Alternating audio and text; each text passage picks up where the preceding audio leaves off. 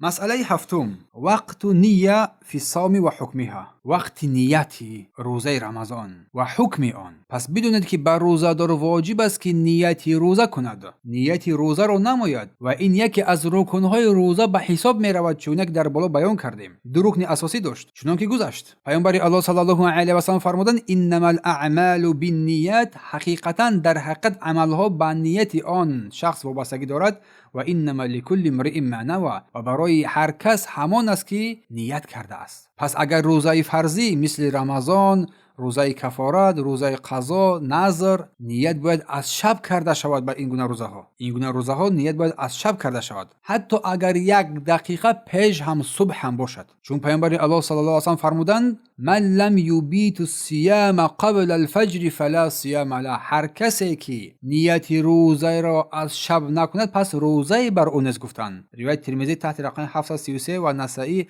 و ابن ماجه البانی در صحیح ترمذی تحت رقم 583 این حدیث رو صحیح دونستند. پس هر کسی که در روز نیت کند و چیز نخورده باشد، این قسمت تنها در روزه نفل جایز است. روزه های سنتی جایز است، درست است. یعنی نیت روزه نفل در روز اگر چیز نخورده باشد برای او جایز و روا می باشد، اما روزه های فرضی باید حتما از شب نیت کرده می شود. چون که عایشه رضی الله عنها میگوید روز پیامبر الله صلی الله علیه و سلم نزد من در آمدند و پرسیدند هل عندکم من شیء؟ آیا چیز دارید؟ فقلنا میگه گفتم لا، نه چیز ندارم. فقال پس پیامبر گفت فانی اذا صائم. پس من این هنگام روزدار هستم. گفتند روایت مسلم تحت رقم 1154. اما روزه فرض با نیت روز درست نمی شود. حتما لازم است که از شب انسان نیت نماید، اگر چنده که 1 لحظه پیش هم دمیدن صبح باشد. و علما فرمودند که یک نیت در اول ماه رمضان برای تمام ماه رمضان کافی است. یعنی که انسان از اول ماه رمضان قصد تمام رمضان را روزه نیت می نماید،